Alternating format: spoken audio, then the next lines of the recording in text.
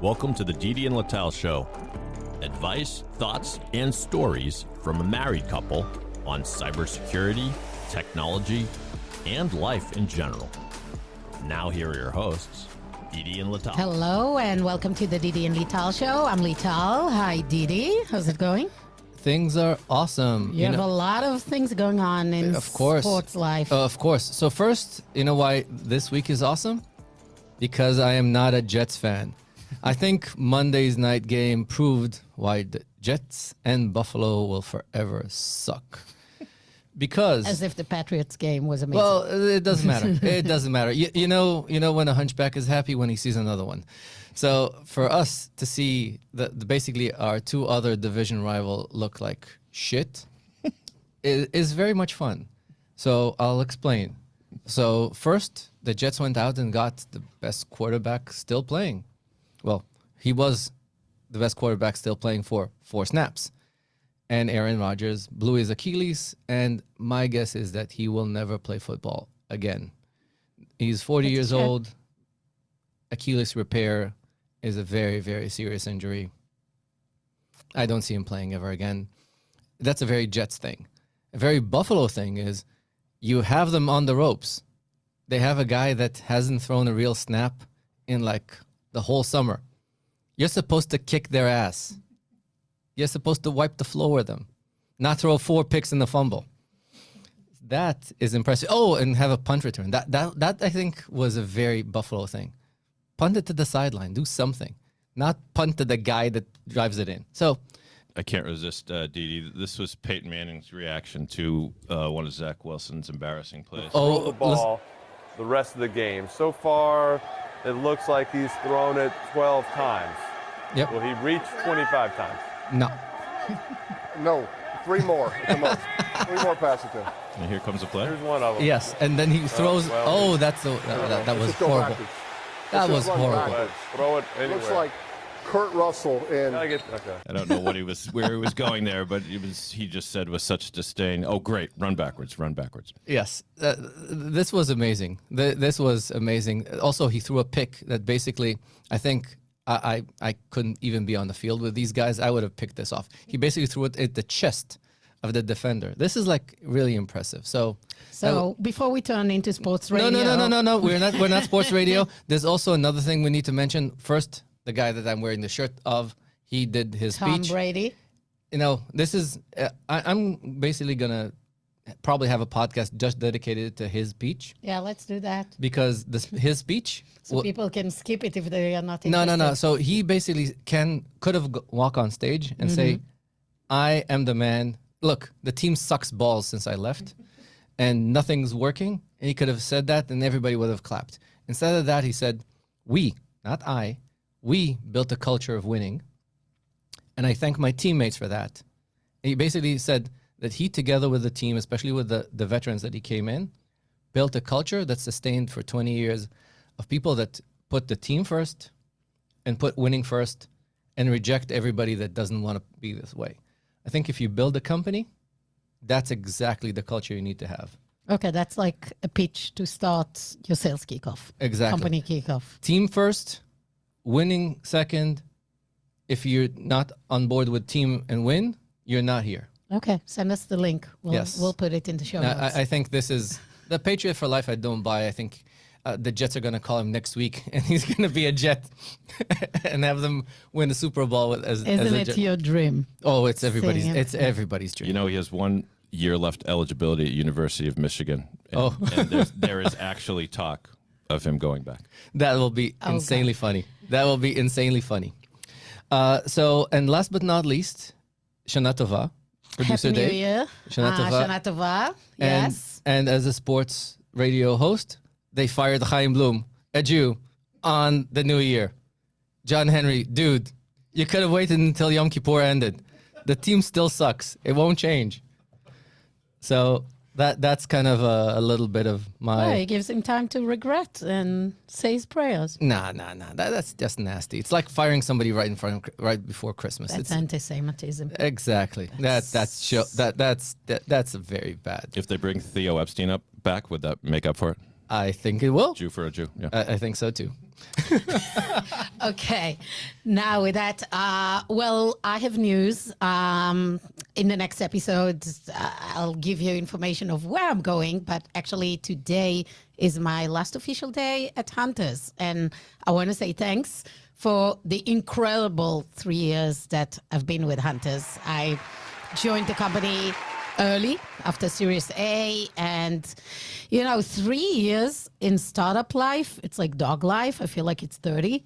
You gain a few white hairs, you kind of grow with it.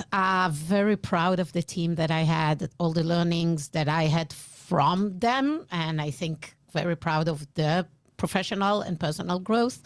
So I'll talk about where I'm going, and I'm very excited where I'm going, but that will come next. So in the meantime, thanks for everyone at Hunters. Thanks for the support. Thanks for Uri and Tomer and the team over there. And I'm going to be in touch. I hope you're still going to listen to the episodes of the Didi and Lital show and provide us feedback, and maybe you can be on the show. Yes. So that was a long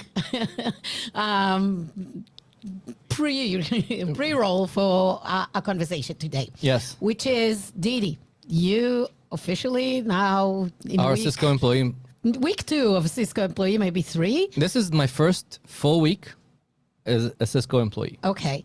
And I wanted today, that's what I asked you, to share your ahas, your tips, the things you learned throughout this last few months of going through an M&A. I think a lot of people working in startup, co-founders of startups would like to know kind of like the ins and outs. Obviously, you cannot share everything. Some things are kind of business confidential, but we'll try to share. And I was observing the process, and I can add some tidbits here. But let's share what you learned throughout this process. Okay. So let's go. Let's start. By the way, I will not share any business related. So all the people that call me up and say, how much was the deal? No. It's not about the money. We're going to share the how-tos in general. Exactly. It's primarily tips for you as founders and you as employees, especially key employees, of what you need to do for yourself and for the team as kind of leaders, because there's a lot of things that you can do right and a lot of things you can do wrong. And Matt and I had spent a lot of time retrospecting about this, and we feel that we got more right than wrong about this. And I'll start with the most important thing. If you're not doing yoga, start doing yoga, because the most important thing to do is take deep breaths. When you're in a startup, you're moving at 1,000,000 miles an hour. When you work with a corporate entity, and it doesn't matter if you're getting acquired by a public company, a private company, private equity, another bigger startup, it doesn't matter. They'll be slower. They will be slower. That part of and they will have involved lawyers who get paid by the hour and want to deal with this process. So, and they have a big team that needs to do the due diligence and check, and things takes time. They have processes that you may not have. Exactly. So first, take a deep breath. Second, assume that you don't know everything. Assume that you want to learn. Assume that you want to understand why things are asked of you and why the things are there. Not every time. Sometimes you get bought as tech and talent. Sometimes you bought for a technology. Sometimes you're basically an acqui-hire. Sometimes you're bought for a product for a market share. Sometimes it's a business move to prevent somebody else from buying you, competitive kind of blocking. So try to understand why things are done. And if you understand why things are done, you need to embrace them. And remember my Tom Brady speech about first team first, second win. As the founder, it doesn't matter what you think about some of these things, because sometimes you're forced into this situation because your finances are not great. Sometimes you're forced into this situation because you made bad hires that force you into a not positive situation. Sometimes The board is forcing you to do it. Sometimes the VCs are forcing you to do it. There's a million ways of why you're there. If you don't want the ship to fall apart as you go through this, have a positive attitude. That's why I said yoga. Deep breaths, positive attitude, team. Be positive about the experience. Because the fact that you're getting acquired and not going bankrupt puts you in a very good position. But it's very stressful because you're not sure. You start those conversations about potentially being hired. You still need to keep the ship going because this may fall any minute. So I understand the yoga, but let's talk in practical terms. How do you keep on going the day-to-day operations while having weeks, sometimes months. of discussions, due diligence, nerve-wracking, ups and downs of those things, not knowing if a deal will come, if not, if the outcome will be positive or not.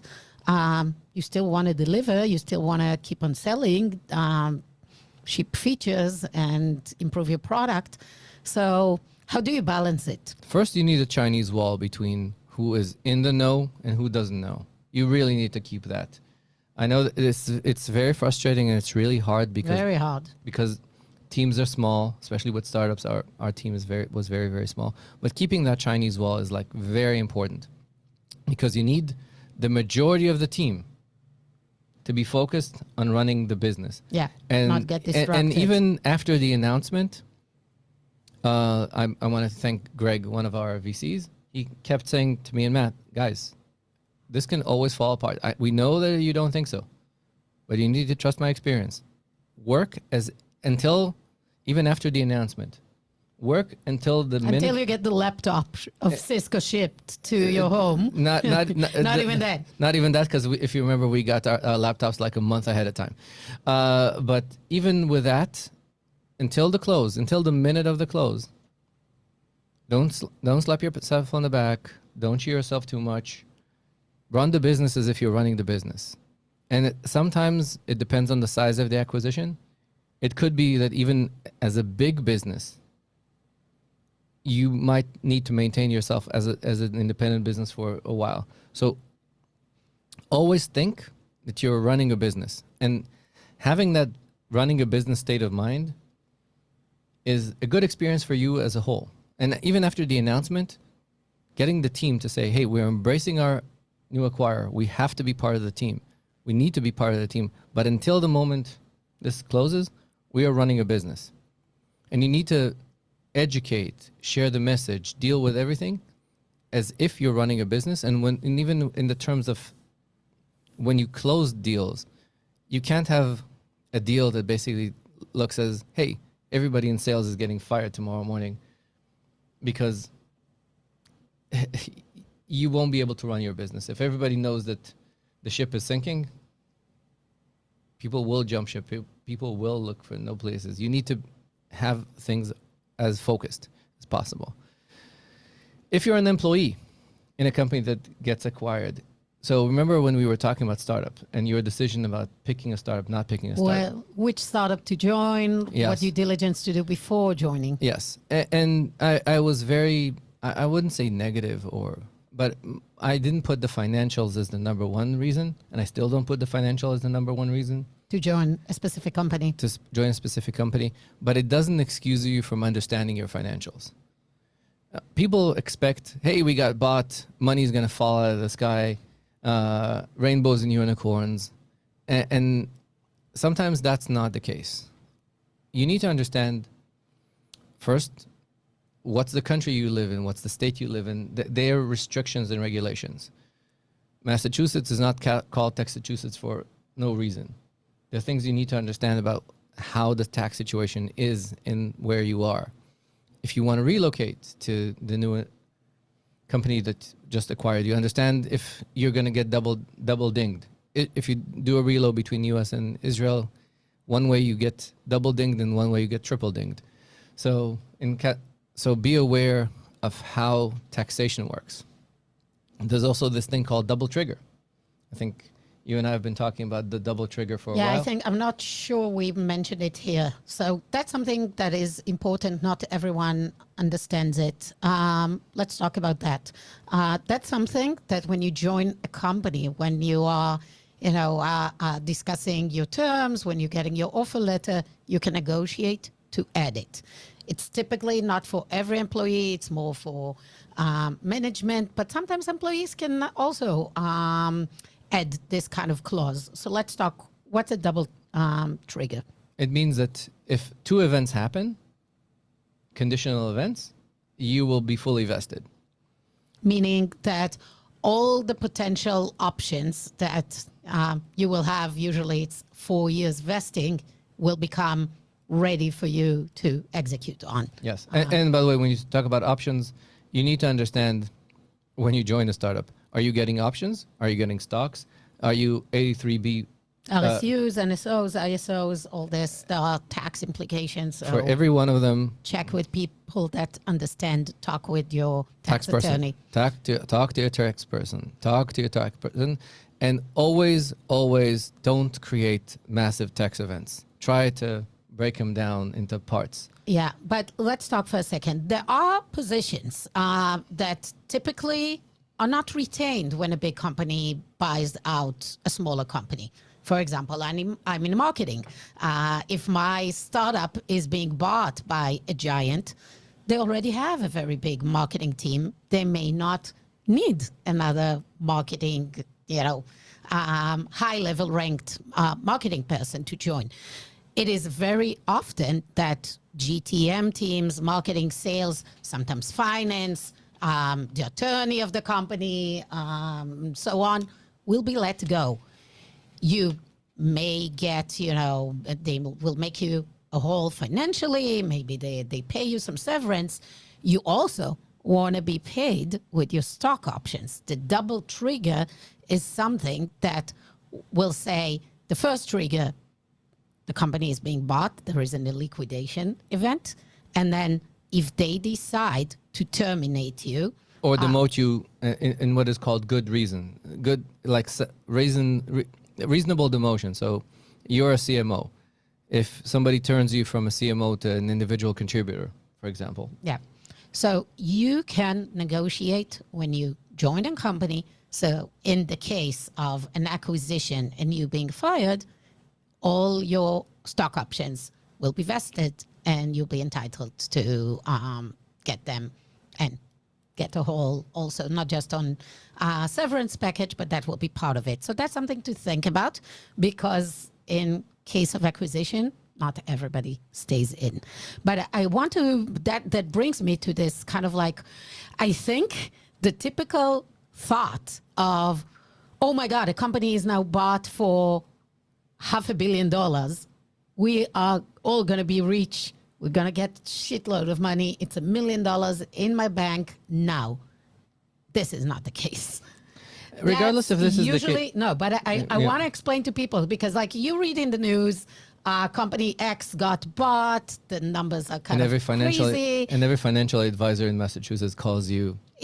Wherever you are. I mean, once it's in the news, you will get those financial advisors on your back thinking, yes. And it might be that you will get some cash immediately. In most cases, this is not the case. In most cases, the company is buying you, and either they're going to let you go because you're not part of the plan. But if you are in engineering, product, R&D, they usually want to retain you to keep on the machine going, to implement it into their own stack, to make the things a revenue for them, make it into a revenue stream. So the thing is that usually the upside that you have will be transmitted to something that will be a retention plan for you. Yes. A lot of times there's also an ask if you're fully vested to have a revesting, and that's why the double trigger means something. And also sometimes in contracts you're asked to waive the double trigger for an equivalent relationship. And this is where a lot of times the VCs of a lot of companies put specific rules in place that the double trigger will not happen or will happen only after a year, or that will expire after a year. There's a million of these things. Get somebody that actually knows what they're doing. To consult you. If If possible, not always you can negotiate it. Let's be fair, but you could try. And I think my main thing is that employment lawyers don't break the bank. Tax lawyers don't break the bank. They're not corporate lawyers. So I'll give you an example. A corporate lawyer will usually charge you about $1,500 an hour. Most tax lawyers will take half of that, or 1/3. or 1/3 of that. It's worth every single dollar. Absolutely. I mean, every time I am starting a new job, I am always consulting with an employment attorney. Yes. They're the best. It's Yeah. worth your pennies. Do it. Yes. And even if they tell you, listen, you get what you get and you don't get upset. One of our lawyers was amazing. I think if you remember, I don't remember what event I was in when I went out. Matt and I had a lengthy conversation with him, and basically he told us, guys, it is what it is. He told us what our own engagements were. He says, this is what will happen, and you need to embrace it. And that's where the deep breaths come into play, but Yep. also having a good lawyer explain to you ahead of time that this is where your wiggle room is. Yeah. Life might be unfair, but it is the way Life it is. is always unfair. Yes. That's reality. But- you know where you can wiggle, you know when it's not worth it. Yes. And you're just aware and you know what's up for you in your future. Yep. The But- reality is that in many cases, and you employees need to know it, to get the full upside of, unless there is a double trigger event, to get the full upside of the acquisition, you need to go and stay and work and succeed in the acquiring company. Yep. That's the reality. You're going to spend 2 to 4 years in the acquiring company. That's by design, and it's not a bad thing. But for some people, It's a surprise. it's a surprise, or it is, oh my God, I'm not going to work for Microsoft. Also, the other thing. Well, yeah, you are. If Yeah. you want to get the money out of this gig. Yeah, but the other thing is also important to understand your local tax situation. So, for example, I've seen people that have experience understand we rather kind of put in their contract that if we get acquired, we expect to get back stock, not get back cash. Because sometimes the companies they might want to pay you with stock. Sometimes they want to pay you with cash. Sometimes they want to do some. I don't know if companies will let you negotiate it, but maybe. Worth trying.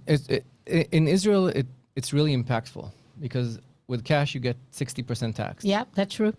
And Versus- stocks, you until you liquidize them, you don't pay anything. So it's really worthwhile having these conversations ahead of time with your manager when you get hired. Understand the taxing situation. Understand if The thing is that sometimes it's so far away that it's a little bit of far-fetched conversation. That's Yeah. the tough thing. Yeah, but this is things you need to be made aware. So I, for example, had a conversation with Gwen, my saint and savior.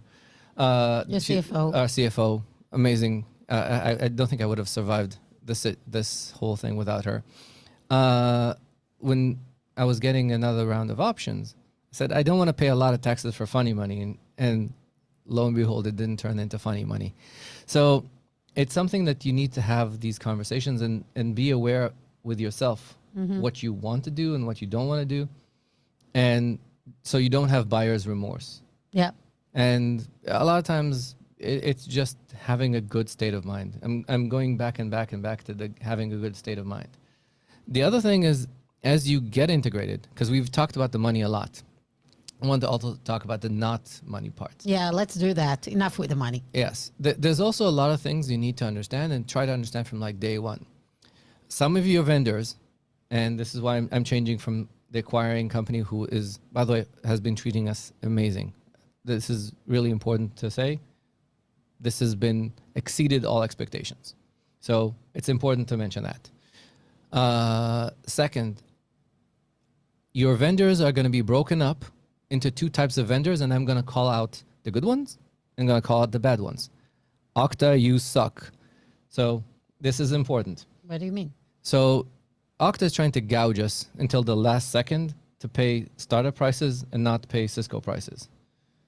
They're trying as hard as they can to not to basically say, no, we can't transition the deal. Have these conversations ahead of time with your vendors. Snowflake. So basically, what is happening, the acquiring company is looking at the list of vendors you're using for your day-to-day operation. No, I'm thinking of, you have a list of contracts. Right.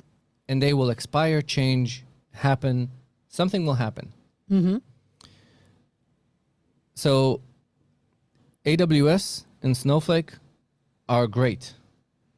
You transition yourself from being an Ort customer to a Cisco customer of them? It's not just that. They know what the process is.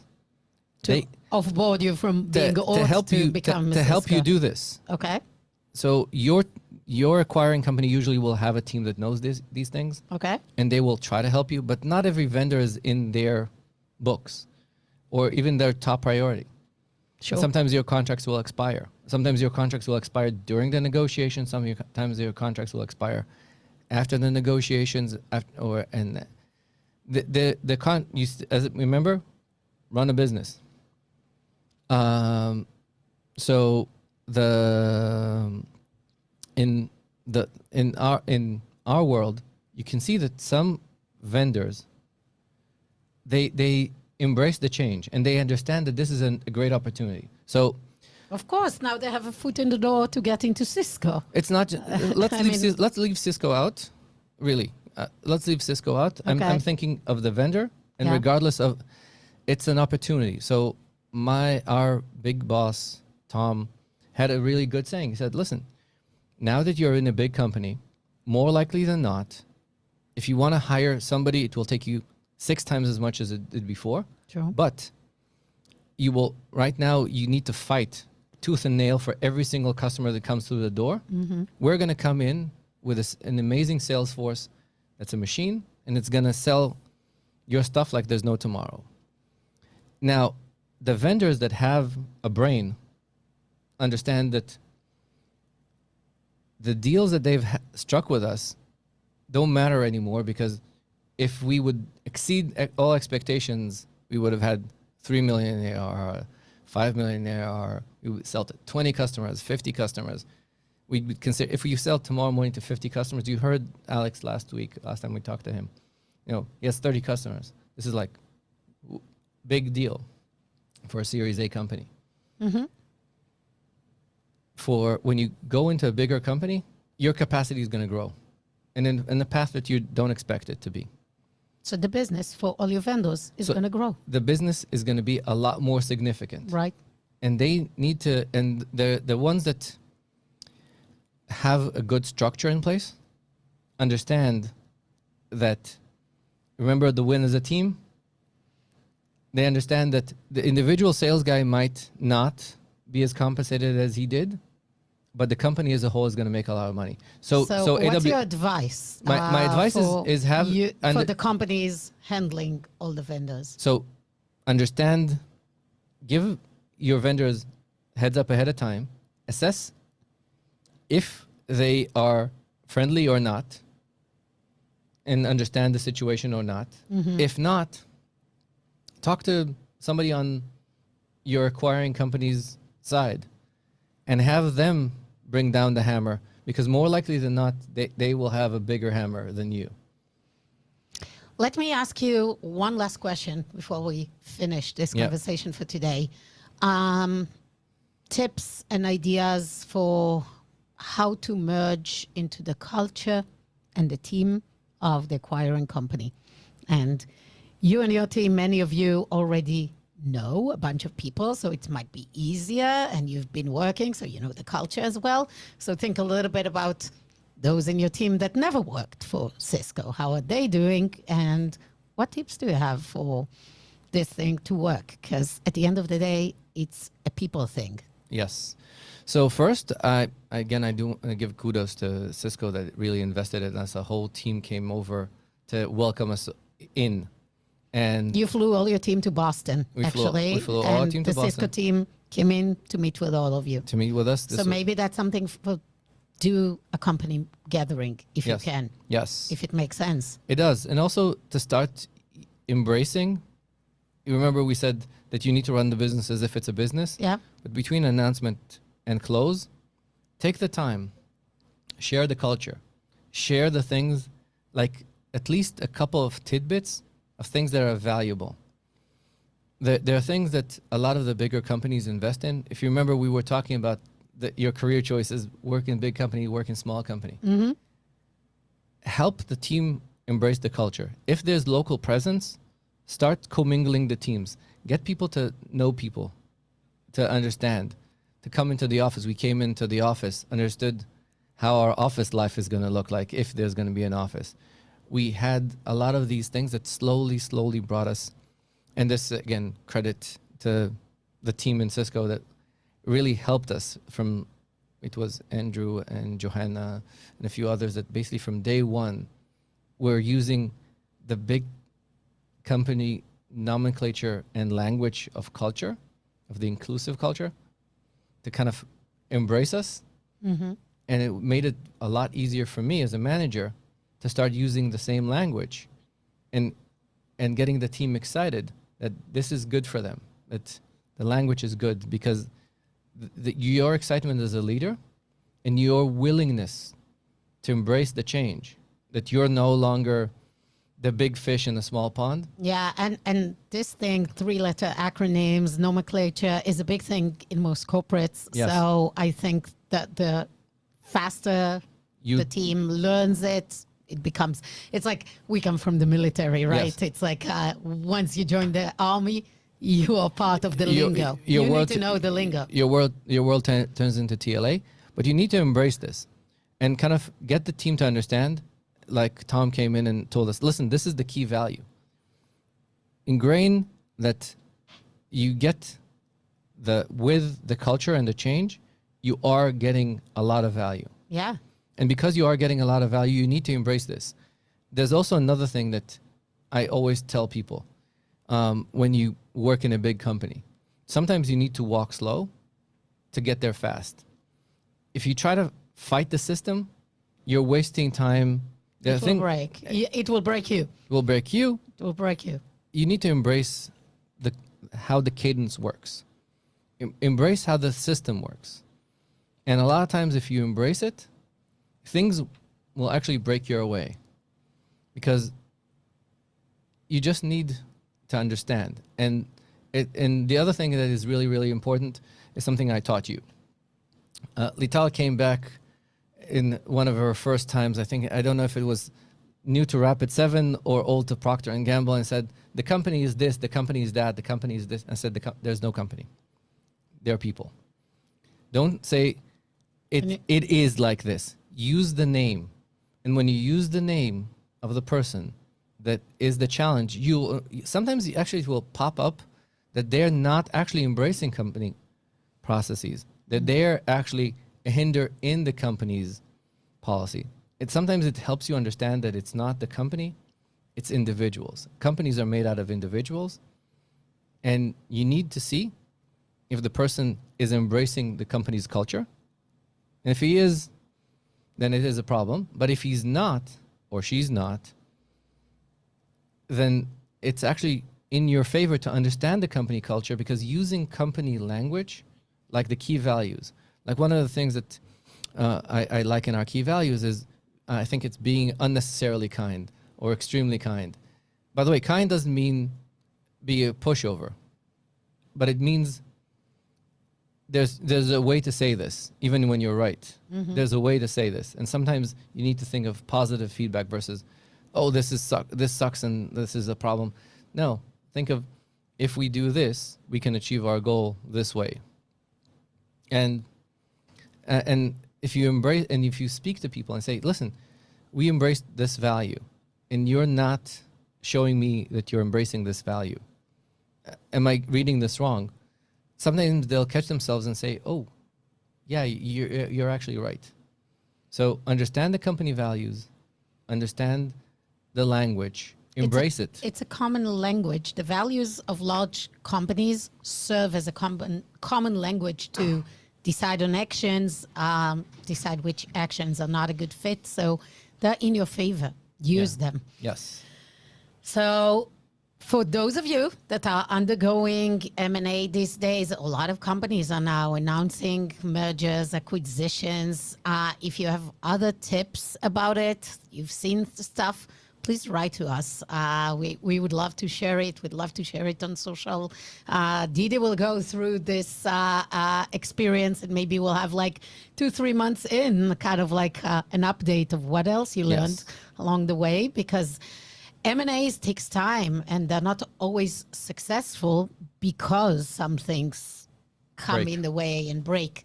So we'll come back with that. Excuse me, Lital, where do you prefer listeners email you at? Well, they can just reach out on LinkedIn. We're going to post this episode, and we'd love to get your comments over there. So please comment on our posts on LinkedIn. Or DM us through LinkedIn. Exactly. And we'll include you. And if you have your own experience of an M&A, come and be on the show. We'd like to host you. Well, with that, I think we conclude the podcast for today. Shana Tova. Shana Tova, Happy New Year. A lot of happiness and health for everyone. Go we Pats. will be here next week. The Didi and Lital Show is a weekly podcast. Please rate and review us wherever you get your podcast. We will see you next time. Thank you. Have a good one.